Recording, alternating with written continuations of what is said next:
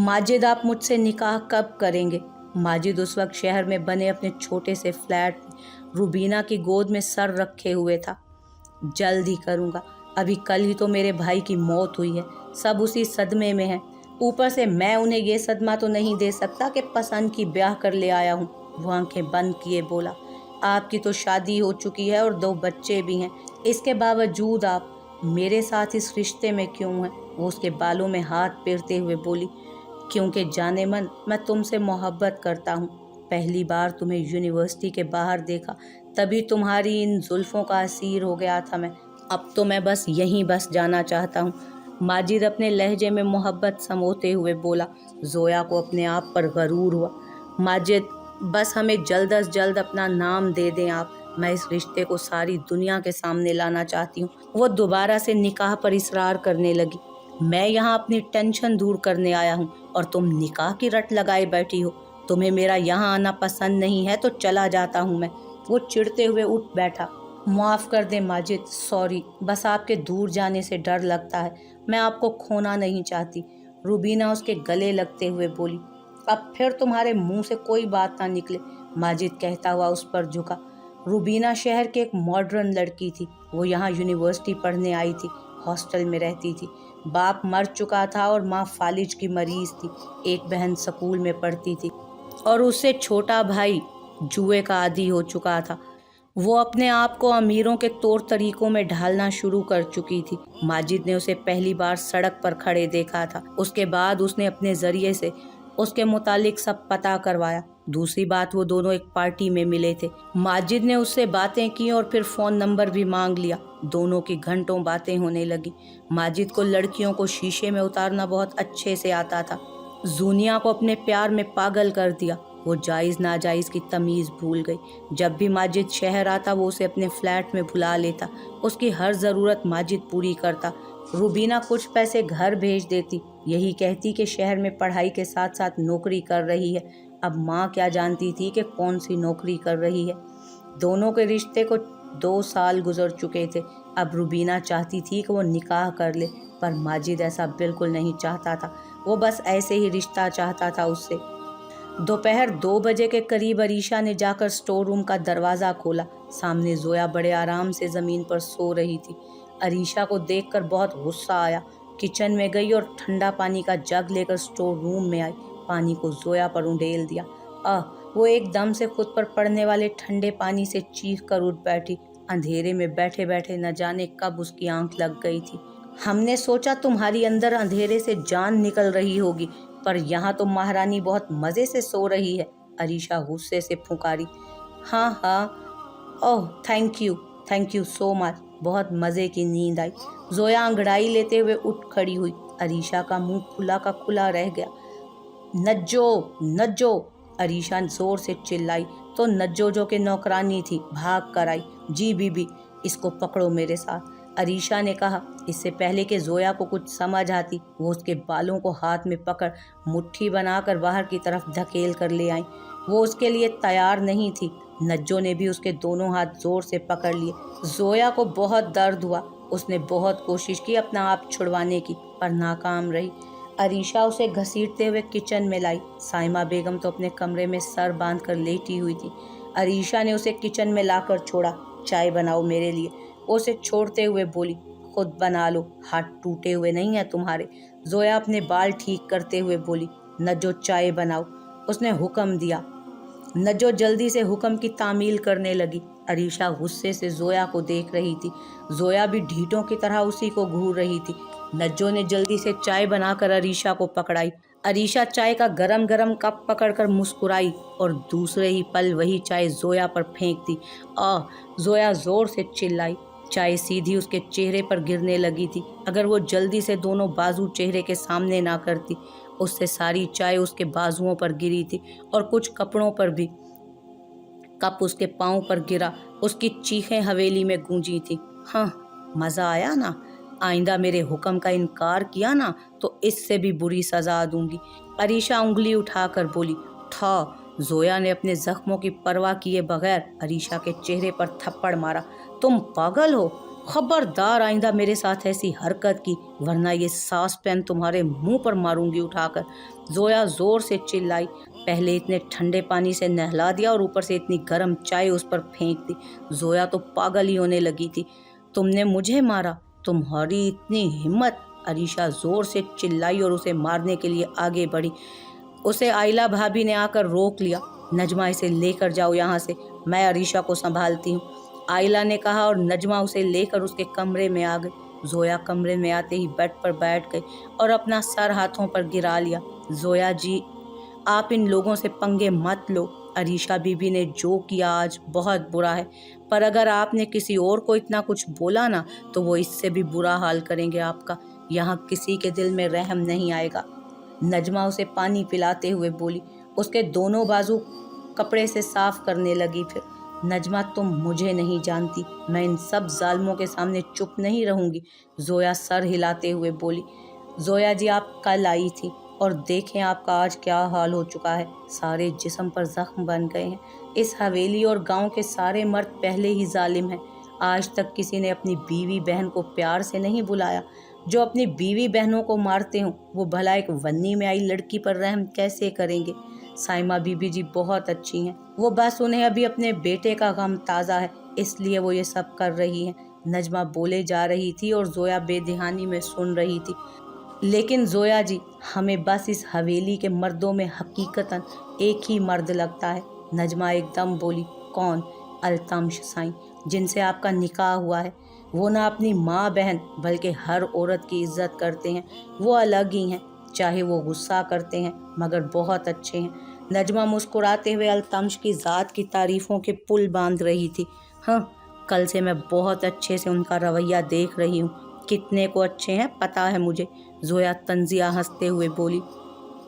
जोया जी, ना करें, कुछ दिन गुजर लेने दो, आप खुद देखेंगी वो कितने अच्छे हैं।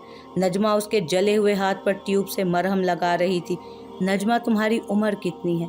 मेरी उम्र जी 20 साल है।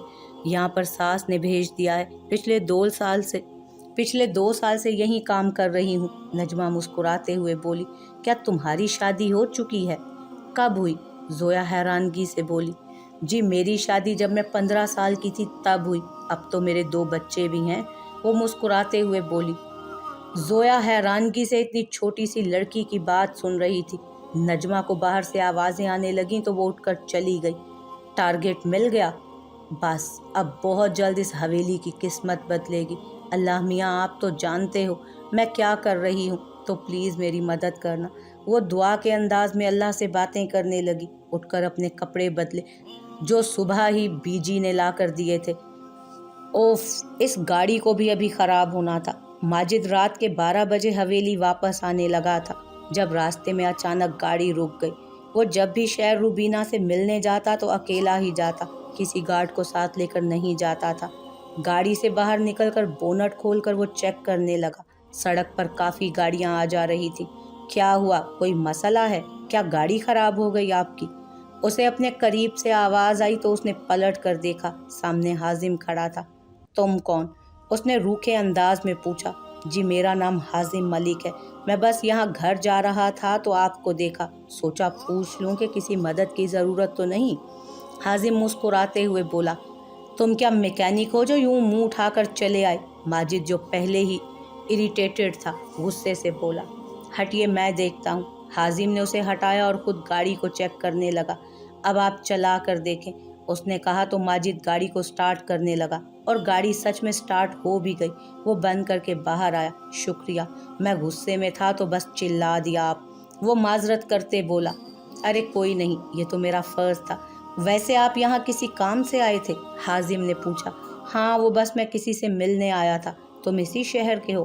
माजिद अब उससे खुलकर बात करने लगा। हाँ, मैं यहीं रहता हूँ, अभी मीटिंग से फारिग हुआ तो घर को चल दिया। दोनों में आपस में काफ़ी देर तक बातें होती रहीं। आखिर में एक दूसरे का नंबर एक्सचेंज हुआ। माजिद गांव के रास्ते पर गाड़ी को लेकर चल दिया। वहीं पीछे हाजिम ने गाड़ी अपने घर की तरफ मोड़ी। उसके चेहरे पर एक अजीब सी मुस्कुराहट थी। अगली सुबह वो उठी तो बाहर से बुलावा आ गया। अपने सर के गिर्द दुपट्टा लपेटे वो बाहर की जानिब बढ़ी। बोले, क्यों बुलवाया है? वो सीधी साइमा बेगम के सामने आन खड़ी हुई। जाओ सबके लिए नाश्ता बनाओ, ये सारी लिस्ट है, अकेली बनाओगी और कोई मदद नहीं करेगा तुम्हारी। वो तस्बीह पढ़ते हुए बोली, सॉरी मैं नहीं बनाऊंगी, आपके भी हाथ पांव सलामत हैं, खुद बना ले। वो पर्ची को ज़मीन पर फेंकते हुए बोली, ना बनाने का अंजाम तुम नहीं, तुम्हारे घर वाले भुगतेंगे। आज से अगर एक भी काम से मना किया तो तुम्हें कुछ नहीं बोलूँगी, तुम्हारे घर वालों के लिए जीना हराम कर देंगे हम।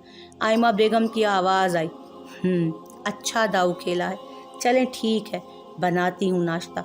वो पर्ची पकड़ते हुए किचन की तरफ गई। देखा भाभी, मेरा आइडिया काम कर गया ना, अब इस छोकरी को उसकी ज़बान में ही समझाना पड़ेगा। आयमा बेगम अपनी कामयाबी पर मुस्कुराई। वो किचन में आई और सब मर्दों के लिए नाश्ता बनाने लगी, पराठे, चिकन कढ़ाई और भी ना जाने क्या क्या। ऐसा खाना खिलाऊंगी कि सबके होश ही उड़ जाएंगे। अपने जले हुए बाजुओं की परवाह किए बगैर वो नाश्ता बनाने लगी। नाश्ता बनाकर टेबल पर लगाया और खुद किचन में आ खड़ी हुई। सब मर्द कुर्सियों पर आकर बैठ गए। थू, ये क्या है? जहांगीर खान की आवाज़ डाइनिंग टेबल पर गूंजी। क्या हुआ अब्बा जी? आयमा बेगम जल्दी जल्दी भागकर उनके पास पहुंची। ये नाश्ता किस कमबख्त ने बनाया है? वो गरजे थे। जी वो उस छोकरी ने बनाया है जो वन्नी में आई है, वो हकलाते हुए बोली। उस बदबख्त को बुलाओ यहाँ। वो अपना गुस्सा कंट्रोल करते हुए बोले। नजमा ने किचन में आकर जोया को बाहर जाने का बोला। अपने चेहरे पर आई मुस्कुराहट को समेट कर वो बाहर निकल आई। क्या हुआ बड़े साईं, क्या खाना पसंद नहीं आया? वो बेचारगी से मुंह बनाकर उनके सामने आ खड़ी हुई। ये खाना है? खाना कहती हो तुम इसे? हर चीज़ में मिर्चें हद से ज़्यादा डली हुई हैं, किसी में नमक का पूरा डब्बा डाल दिया है। क्या है ये? ओह, वो गरजदार आवाज़ में बोले और सामने पड़ा चिकन का बाउल ज़मीन पर दे मारा। जोया एकदम से पीछे हुई, वरना दोबारा से उसका पाँव जल जाता। बहुत बुरी बात है बड़े साईं, खाने की बेहुरमती नहीं करते। अगर आप ऐसा करेंगे तो गांव वाले क्या सोचेंगे? हमारा सरपंच ऐसा है कि जिसे रिस्क की भी कदर नहीं। वो मासूम मुंह बनाकर बोली। तेरी इतनी हिम्मत, तूने जहांगीर खान से ज़बान लड़ाई? वो उठे और जोया की तरफ बढ़े। वो एक पल के लिए घबरा कर पीछे हटी। आपने गलत किया, देखें खाना ज़मीन पर फेंक दिया। अगर नहीं खाना था तो किसी गरीब को दे देते। पर हाँ, आप तो खुद गरीबों के पैसे खा जाते हैं, तो क्या किसी गरीब को देंगे? वो हिम्मत पकड़ते हुए बोली। ठा, जहांगीर खान ने अपना भारी हाथ जोया के चेहरे पर दे मारा तो वो ज़मीन पर गिर गई। अल्तमश कब से वहीं बैठा सब सुन रहा था। अपने सामने उसे थप्पड़ पड़ा तो उसका दिल किसी ने मुट्ठी में ले लिया। अरे आप कर भी तो यही सकते हैं ना, सिर्फ औरतों पर अपना हाथ चला सकते हैं। मैंने सुना है कि आपकी बेचारी बीवी भी आपसे मार खा खा कर मर गई। वो दोबारा से खड़ी होते हुए बोली। जहांगीर खान को छोटी सी लड़की से इतनी बातों की उम्मीद नहीं थी। एक बार फिर उनका हाथ उठा, पर इस दफ़ा हवा में ही लहरा गया। दादा जान क्यों बेफजूल बातों पर अपना खून जला रहे हैं? चलिए, वरना बीपी हाई हो जाएगा। अल्तमश ने उनको ज़बरदस्ती अंदर कमरे की तरफ ले जाना बेहतर समझा।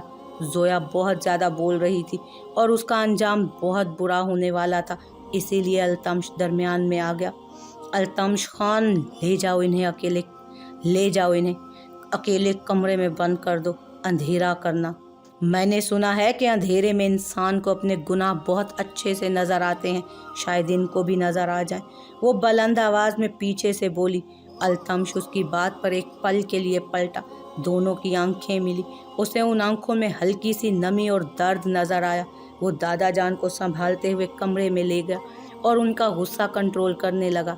दूसरी तरफ जोया को साइमा बेगम ने बहुत डांटा, उसे एक बार फिर घर की धमकी दी। इन सब बातों को बहुत आराम से उसने सुना। उसका जहन तो कहीं और ही अटका हुआ था। सर्दियों की शुरुआत थी। आज न जाने क्यों बारिश का सा मौसम बना हुआ था। जहांगीर खान को तीखे जवाब देने के बाद, उसके बदले में साइमा बेगम से काफ़ी बातें सुनने के बाद रात 9 बजे वो अपने कमरे में वापस आई। वो बहुत थक चुकी थी। सारा दिन साइमा बेगम ने उससे काम करवाए थे और जोया हर काम में अपना कारनामा दिखा रही थी। वो सबको बहुत खटक रहा था और यही वो चाहती थी। कमरे में आई तो पूरा कमरा खाली था। ये बीजान कहाँ चली गई? शायद किसी काम से गई होंगी। वो सोचते हुए साथ बने वॉशरूम में गई। मुंह धोकर जैसे ही वो बाहर निकली, सामने अल्तमश को खड़ा देखकर घबरा गई। वो सामने हाथ बांधे सख्त नज़रों से उसे घूर रहा था। बुरी बात है, आप जैसा अमीर मगरूर खान आज इस गरीब खून बहा में आई लड़की के कमरे में क्या कर रहा है? वो अपना दुपट्टा सर पर लेकर अपनी घबराहट पर काबू पाते हुए तंजिया अंदाज में बोली, तुम जैसी बददिमाग और बदतमीज लड़की को उसकी औकात याद करवाने आया हूँ। जो तुमने आज दादा जान से बदतमीजी की है उसका हिसाब लेने आया हूँ। सिर्फ तुम्हारी वजह से दादा जान का बीपी शूट कर गया है। वो उसके तंज को बामुश्किल हजम करते हुए गुस्से से बोला, ओह गॉड, आई एम सॉरी, मेरी वजह से उनका बीपी शूट कर गया। पर आप यहाँ क्या कर रहे हैं? जाएं और जाकर उन्हें अस्पताल ले जाएं ना। कहीं ऐसा ना हो कि बेचारे अल्लाह को प्यारे हो जाएं। बूढ़े हो चुके हैं, इस उम्र में ज़रा सी भी टेंशन ऊपर पहुंचा सकती है। वो ड्रामाई अंदाज में अफसोस जाहिर करते बोली, वो बेचारे तो अल्लाह को प्यारे नहीं होंगे, पर तुम आज ज़रूर अल्लाह को प्यारी हो जाओगी। वो लंबा सांस खींचकर बोला और आगे बढ़कर जोया की कलाई हाथ में लेकर उसे साथ खींचते हुए कमरे से बाहर निकला। जोया इस अचानक उफ्ताद के लिए बिल्कुल तैयार न थी। उसने कलाई छुड़वाना चाही, पर मुखालिफ की पकड़ बहुत मजबूत थी। सारी हवेली में सन्नाटा छाया था। वो उसे अपने साथ घसीटता हुआ सीढ़ियों की तरफ बढ़ा। छोड़ो मुझे, क्या बदतमीजी है ये। अपने दूसरे हाथ के नाखून उसके बाजू में उसने घुसा दिए, पर सामने वाला शायद बला की हिम्मत रखता था। ऊपर छत पर लाकर उसने जोया को सामने की तरफ धकेला। वो गिरते गिरते बची। तो मिस जोया, आज की रात तुम पूरी यहीं छत पर गुजारोगी। तुम बहादुर और निडर हो ना, तो ये ठंडी हवा या रात को होने वाली बारिश तुम्हें कुछ नहीं करेगी।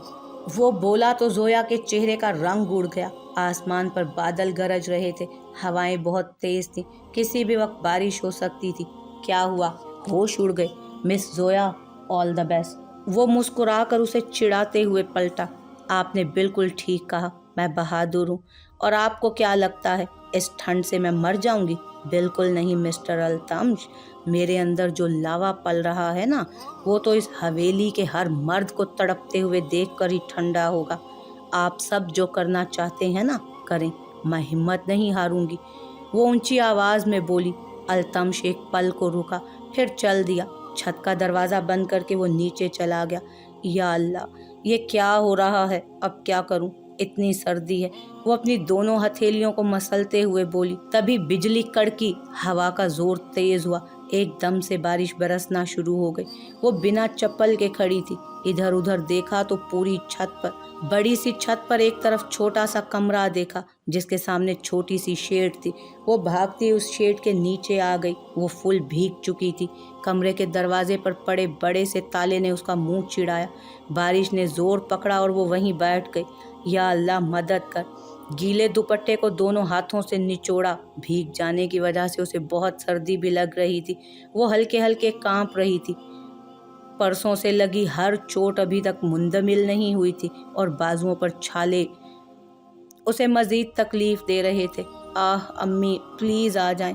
वो अब टूटी थी। अपने मुंह पर हाथ रखकर वो रो दी। इतना रोई कि हिचकियां बन गई। वो रोना बिल्कुल नहीं चाहती थी, पर आज हिम्मत टूट गई थी। चाहे आज़्म जितना भी बड़ा हो, पर किसी न किसी पॉइंट पर हम वीक हो ही जाते हैं। वही जोया के साथ भी हुआ। वो कभी ना रोती, पर आज वो खुद को हर तरफ से बेबस महसूस कर रही थी। उसे छत पर बंद करके वो खुद जहांगीर के कमरे में आया। डॉक्टर उन्हें दवाई देकर जा चुका था। उनका बीपी अब कंट्रोल में था। बिस्तर पर वो आराम कर रहे थे। वो वहीं से पलटा। वो सीढ़ियों की तरफ जा रहा था जब एक कमरे से रोने की आवाज़ आई। उस कमरे की तरफ वो बढ़ा। अरसलान का कमरा था वो। अंदर झांका तो सामने बेड पर बैठी साइमा बेगम रो रही थी। अम्मा। वो चलता हुआ उनके पास बेड पर आकर बैठ गया। साइमा बेगम तस्वीर को गले लगाए रो रही थी। अल्तमश ने उन्हें सीने से लगा लिया। वो और बिलक कर रो दी। अम्मा चुप कर जाएं, तबीयत खराब हो जाएगी। अल्तमश उन्हें चुप कराने की कोशिश करने लगा, पर नाकाम रहा। रो लेने दे अल्तमश, पुत्र, अब तो जिंदगी भर का रोग है। अपना जवान बेटा खोया है मैंने। अरे उसकी जगह अल्लाह मुझे उठा ले। वो टूट कर रोते हुए बोली। अल्तमश की आंखों से भी आंसू निकलना शुरू हो गए। अम्मा, रोने से वो वापस तो नहीं आ जाएगा। रोने की बजाय उसकी मगफिरत की दुआ करें और सोचें। अगर वो आपको यूं रोता हुआ देखता तो उसे अच्छा ना लगता। अल्तमश खुद को संभालते हुए बोला। نقصان بہت بڑا تھا، پر اب کسی کو تو ہمت کرنا پڑے گی نا۔ سائمہ بیگم کو سنبھالنا مشکل ہو رہا تھا، پر یہ فریضہ بھی التمش کو انجام دینا ہی تھا۔ انہیں زبردستی دوائی کھلائی، نیند کی گولی بھی تھی۔ وہ روتے روتے سو چکی تھی۔ میرا وعدہ ہے اماں، اپنے بھائی کے قاتل کو تنکا تنکا کر کے ماروں گا، اس سے جڑے ہر بندے کو تڑپاؤں گا۔ سائمہ بیگم کے ہاتھ کو عقیدت سے چومتے ہوئے وہ بولا اور اٹھ کر کمرے سے باہر نکل گیا۔ ہاں ہاں منصور، پکڑا اسے، اچھی بات ہے، وہیں پر بند کر دو، میں کل ملتا ہوں۔ اپنے فون پر منصور سے بات کر کے وہ اوپر اپنے کمرے کی طرف بڑھا۔ زویا کو وہ یکسر فراموش کر چکا تھا۔ سونے کے لیے بیڈ پر لیٹا، کچھ ہی پل میں وہ نیند کی آغوش میں جا چکا تھا۔ اللہ جانے یہ لڑکی کہاں چلی گئی ہے، پوری حویلی چھان ماری، کہیں نہیں ملی۔ بی جان کمرے میں پریشان سی ٹہل رہی تھی۔ وہ پچھلے 2 گھنٹوں سے زویا کو ڈھونڈ رہی تھی۔ اگر اس وقت کسی نے اسے باہر دیکھ لیا نا تو قیامت آ جائے گی۔ یا اللہ اسے اپنی حفاظت میں رکھنا۔ انہوں نے دل سے دعا کی اور وضو کر کے نماز پڑھنے بیٹھ گئی۔